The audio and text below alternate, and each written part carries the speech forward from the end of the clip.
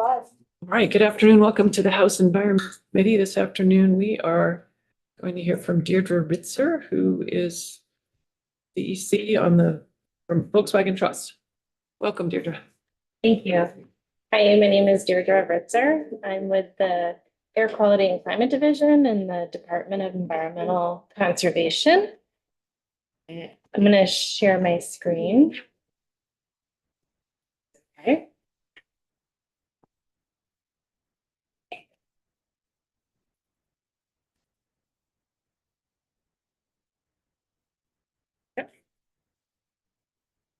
Thank you for inviting me to speak about the Vermont's allocation of the Volkswagen Environmental Mitigation Trust.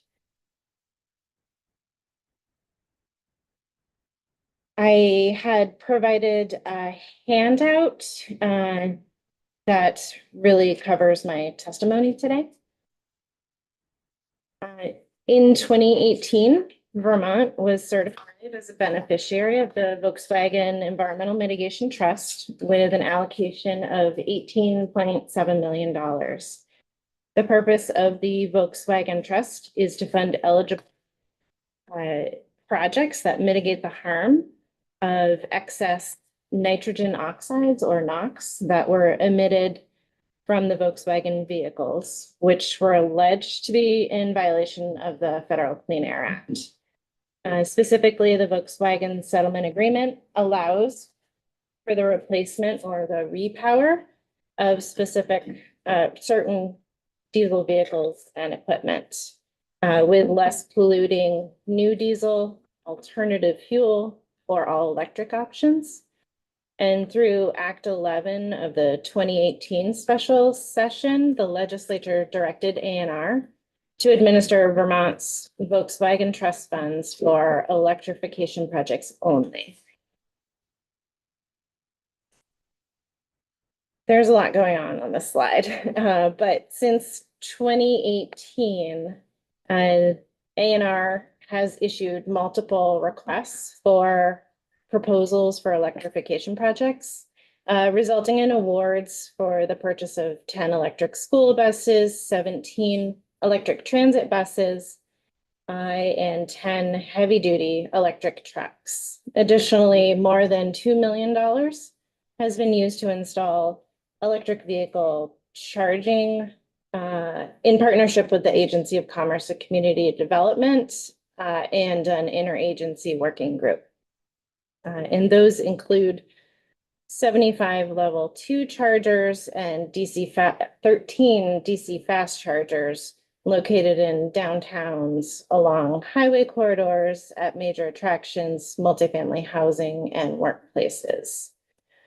Now, per the trust agreement, the state needs to have obligated at least 80% of its original allocation by October 2nd, 2027.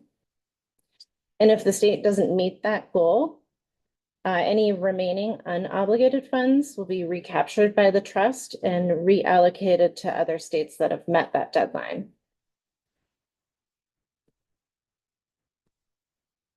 So this is the current status of obligated versus unobligated funds. And I guess I would point to the obligated fund column at the bottom. There's a range. So remember, we need to get to the 80% as our target. And today we are at about 74%.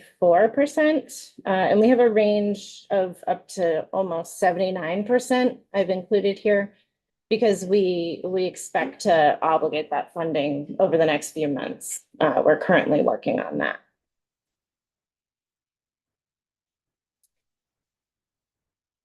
So at almost 79% obligated in the next few months, it seems like we're in a good position to meet the 80% obligated threshold by October 2027.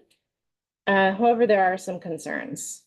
Per the trust agreement, eligible vehicles are limited to those with engine model year ranging from 1992 to 2009. So this requirement has become increasingly more difficult to meet over the years as fleets turn over and eligible vehicles are taken out of service. So today, eligible vehicles need to be a minimum of 17 years old. And this has been a concern of states since day one. However, it is the more recent trends being observed, coupled with that narrow window of eligible vehicles, causing concern about meeting that October 2027 deadline. And the recent trends I'm referring to include one is declining participation in the program. The last two requests for proposals have been undersubscribed. And then two, changes in federal policy and market trends are of a concern. Grantees seeking to purchase heavy-duty electric trucks have recently reported difficulty locating suitable vehicles in Vermont and in the greater Northeast region. Significant manufacturers' delays are likely the result of reduced national demand caused by the federal administration's policy shift away from electric vehicles. So if the current awardees start to decline their awards due to lack of electric truck availability, this could cause that percentage of funds obligated to decrease. ANR is proposing to remove the limitation that Volkswagen funds only be spent on electrification projects and instead follow the scope of eligible funding designated under the Volkswagen Trust Agreement. ANR will continue to prioritize electrification projects and will only open up funding opportunities to other eligible fuel types as a contingency if deemed necessary to meet that 80% threshold. So presently, the agency is planning to solicit applications for electrification projects on a rolling basis starting this spring and continuing through late 2026.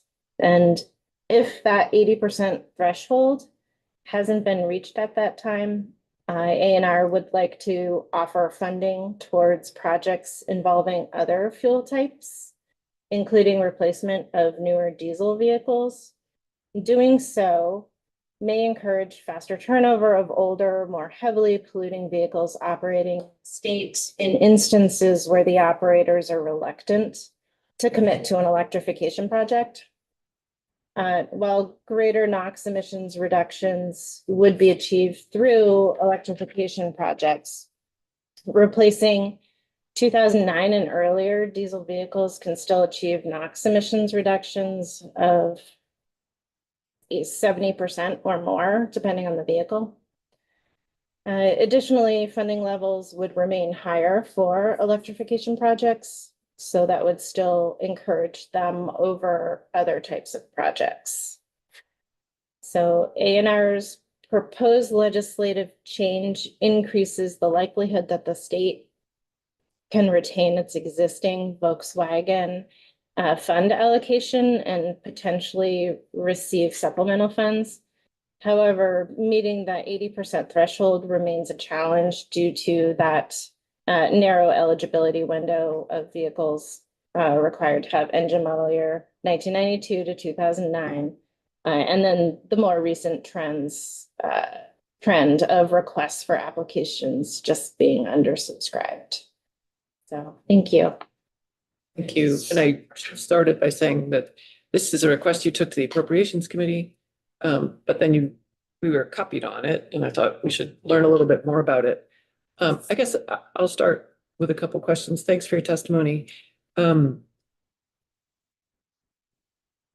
folks not as charging stations, electric vehicle charging stations are eligible?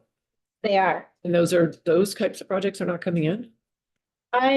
The trust agreement requires that we can only use 15% of our allocation for light duty electric vehicle charging.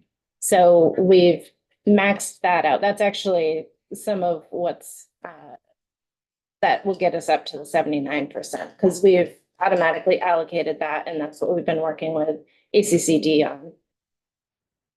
And that's just part of the trust agreements that we had to agree to. We can't change that. And then just so I make sure I'm following this, you are replacing public vehicles with those 1992 to 2009 that are diesel with electric vehicles. That's most of the money's for. Yes, it's for businesses operating in Vermont, municipalities. Yeah, so it's really open to any of the heavy duty diesel vehicles in Vermont. Not necessarily public, but heavy duty. Yes.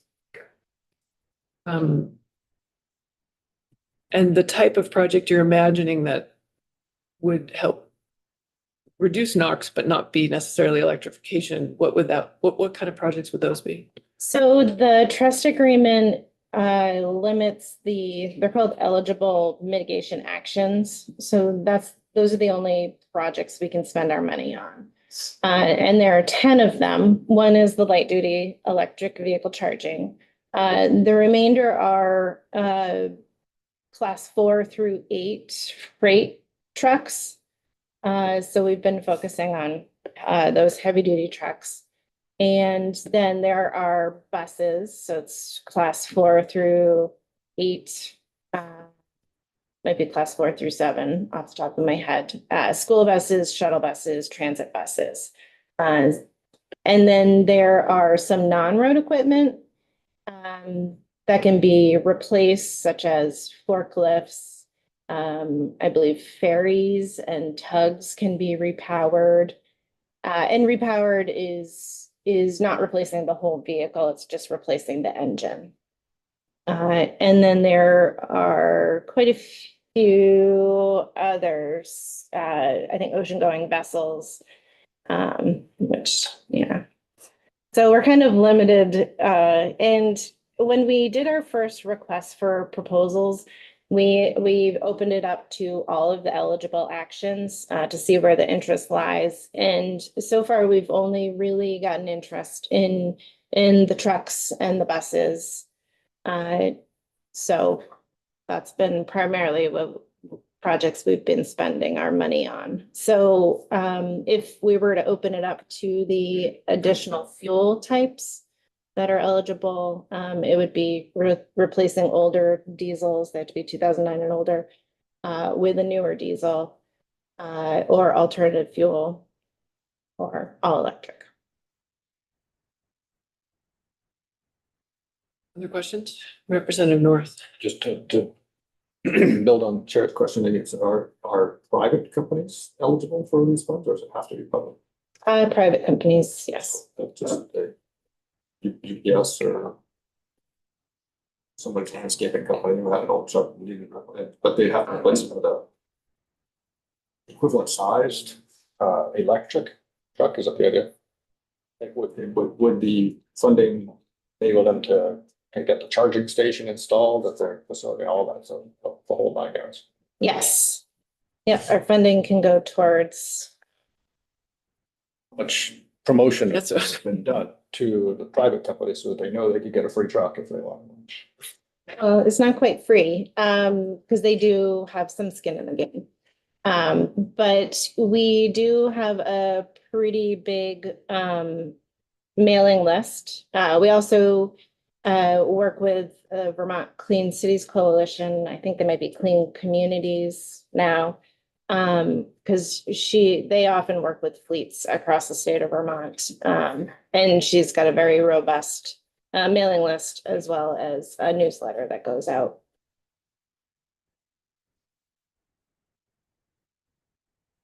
So I'm not sure, was that the answer to how has it been promoted? And if you could follow up a little on what is the business's obligation? Like you said, they have to match or whatever. What is their financial? So for non-government owned, the cost share is 75. Well, the cost share is 25%. We would fund 75%. And then for government owned, we have it that the trust funds 85%. And then the remaining 15% would be on municipality or. Still have to be replacing a vehicle 2009. Yes, it needs to be scrapped, permanently disabled. And so we promote it through email blasts, the Clean Cities Coalition newsletter. We also, reach out to the Vermont League of Cities and Towns on our mailing list. Trying to think, and schools, superintendents, because of the bus side of things. So municipalities, Got any electric tractors?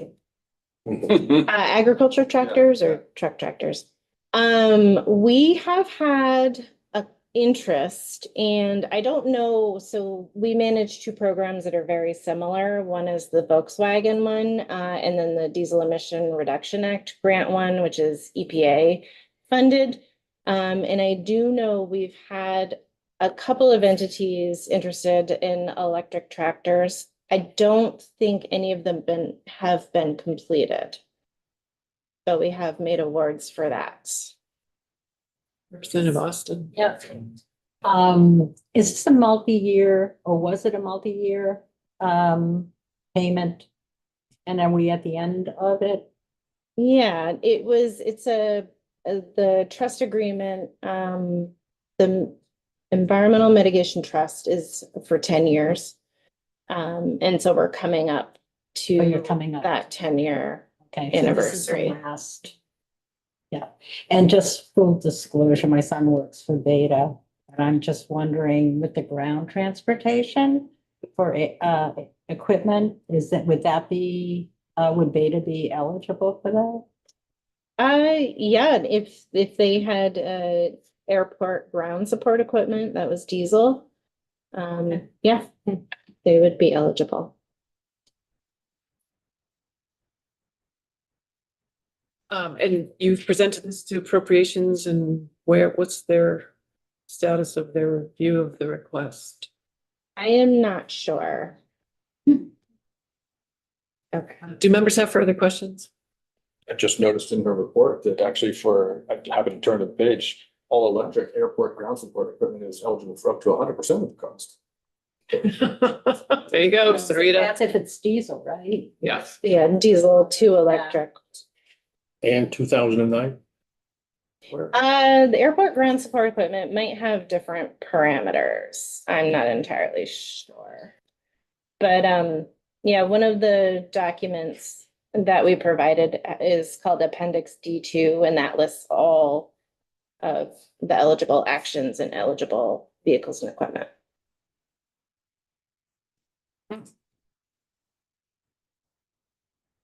All right.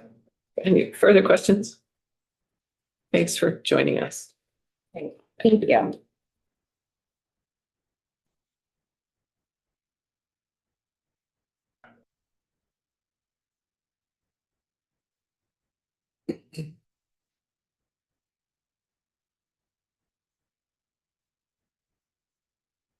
No.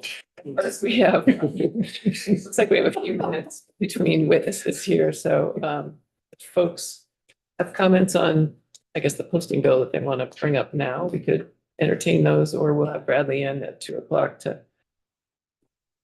about it.